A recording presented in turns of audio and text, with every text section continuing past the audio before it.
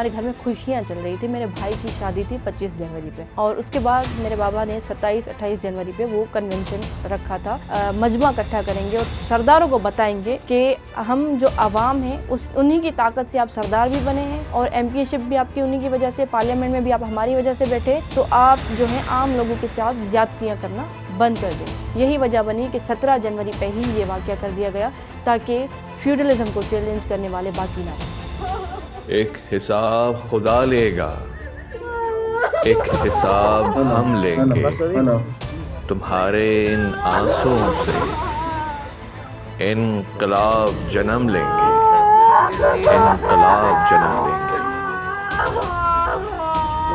Evidence चले, मैं समझती हूँ पाकिस्तान का ये वाहिद केस होगा कि जिसमें 3 साल एविडेंस चला है, जिसमें 4-4, 5-5 महीने एक विटनेस से क्रॉस एग्जामिनेशन हुई है।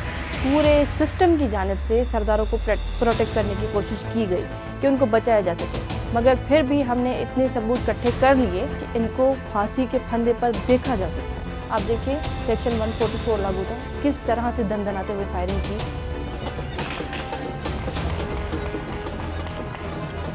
एक डिस्ट्रिक्ट से दूसरे डिस्ट्रिक्ट तक ये फायरिंग करते गए हैं, क्योंकि सरदारों को तो एक मैसेज मिला ना कि आप 3 कत्ल करके भी आज़ाद हो सकते हैं, तो उनके लिए ये हल्की फुल्की वायलेशन तो कुछ भी नहीं। पहले दिन से सर से कफन बांध के निकली हूँ घर से। मैं जब भी निकलती हूँ घर से तो मैं अपनी दादी से दुआ भी लेती हूँ, और उनसे एक किस्म का समझे कि अल्लाह हाफ़िज़ भी करके मैं निकलती हूँ, क्योंकि मुझे पता है कि मेरी ज़िंदगी को ख़तरा है। कभी भी किसी भी चौक चौराहे पे मैं मारी जा सकती हूँ। फ्यूडलिज्म को चैलेंज करना इतना आसान नहीं है। डर से तो खड़े ही नहीं होते हैं। डर हमारे आंखों में आपको नज़र नहीं आएगा, क्योंकि ये इंस्पिरेशन इमाम हुसैन अलैहिस्सलाम की बात से ये हक़ के लिए लड़ा जाए।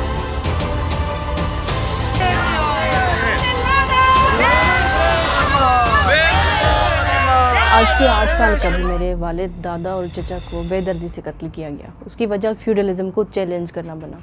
मैं ये केस परसू कर रही थी। 8 साल तक अदालतों में हमने चक्कर लगाए, 400 से ज़ायद पेशियाँ हुई, और फिर उसमें ये नतीजा निकला कि जो 8 के 8 मुलजिम थे उनको बाइज्जत बरी किया गया। जब मुझे कॉल आई कि आपके वालिद साहब, दादा और चचा पे फायरिंग हुई है, मैं उसी टाइम समझ गई कि ये फ्यूडलिज्म को चैलेंज करने का नतीजा है। हमारे घर में खुशियाँ चल रही थी। मेरे भाई की शादी थी 25 जनवरी पे, और उसके बाद मेरे बाबा ने 27-28 जनवरी पे वो कन्वेंशन रखा था, जो कि अपनी शहादत से पहले वो एक न्यूज़पेपर में भी कह चुके कि हम एक बड़ा कन्वेंशन करेंगे, लोगों को बुलाएंगे, आम लोगों का एक मजमा इकट्ठा करेंगे और सरदारों को बताएंगे कि हम जो आवाम हैं उन्हीं की ताकत से आप सरदार भी बने हैं, और एमपीशिप भी आपकी उन्हीं की वजह से, पार्लियामेंट में भी आप हमारी वजह से बैठे, तो आप जो है आम लोगों के साथ ज्यादतियाँ करना बंद कर दें। यही वजह बनी कि 17 जनवरी पे ही ये वाक़या कर दिया गया, ताकि फ्यूडलिज्म को चैलेंज करने वाले बाकी ना रहें। इसमें तकरीबन 3 साल तक एविडेंस चले। मैं समझती हूँ पाकिस्तान का ये वाहिद केस होगा कि जिसमें 3 साल एविडेंस चला है,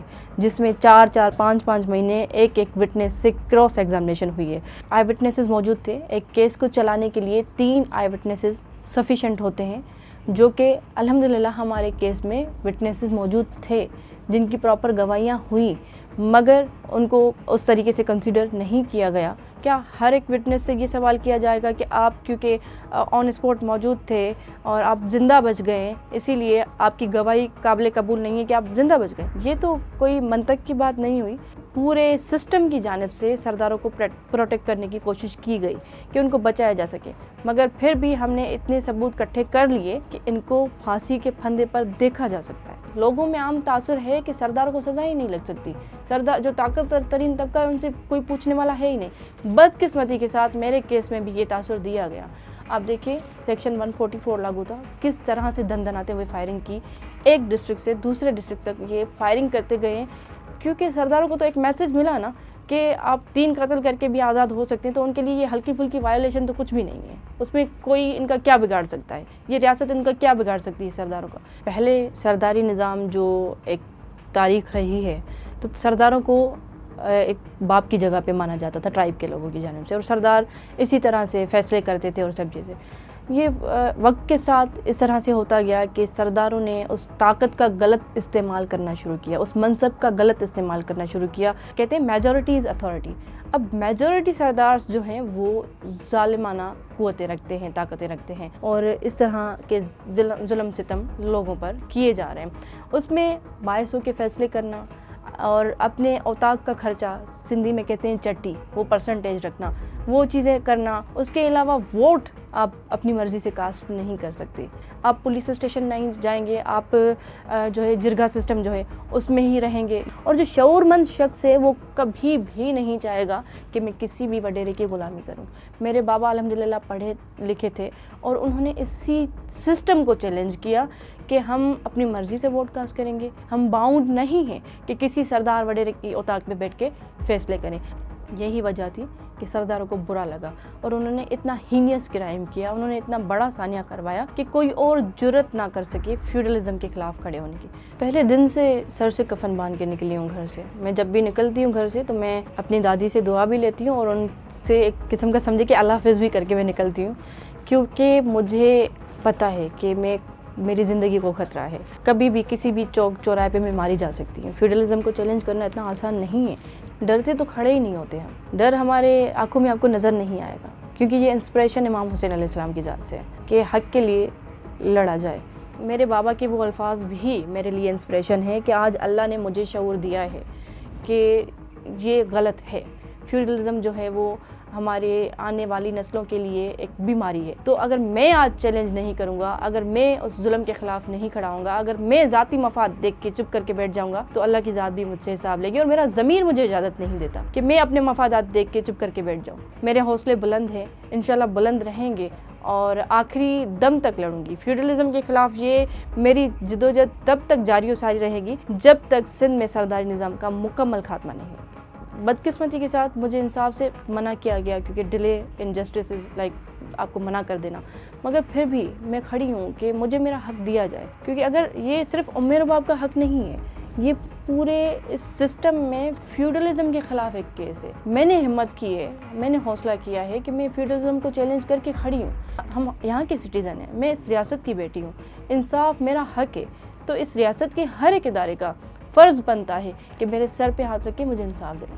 یہ کیس کا جو فیصلہ آیا، وہ منظر میرے لیے قیامت سے کم نہیں تھا، مگر میں حوصلے کے ساتھ کھڑی رہی. میرے لیے سمجھے کہ یہ اذیت سے کم نہیں رہا. یہ 8 سال کا جو سفر ہے، میرا بچپن اس اسٹرگل کے نظر ہو گیا، میری جوانی اس اسٹرگل کے نظر ہو گئی.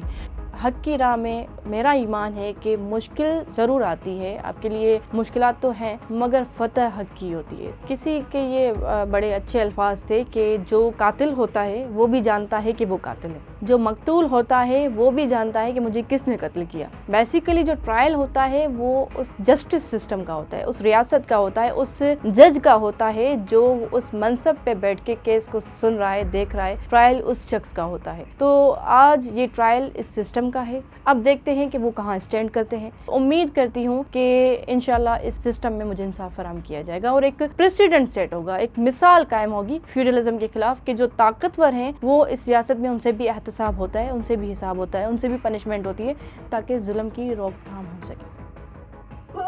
ایک حساب خدا لے گا، ایک حساب ہم لیں گے.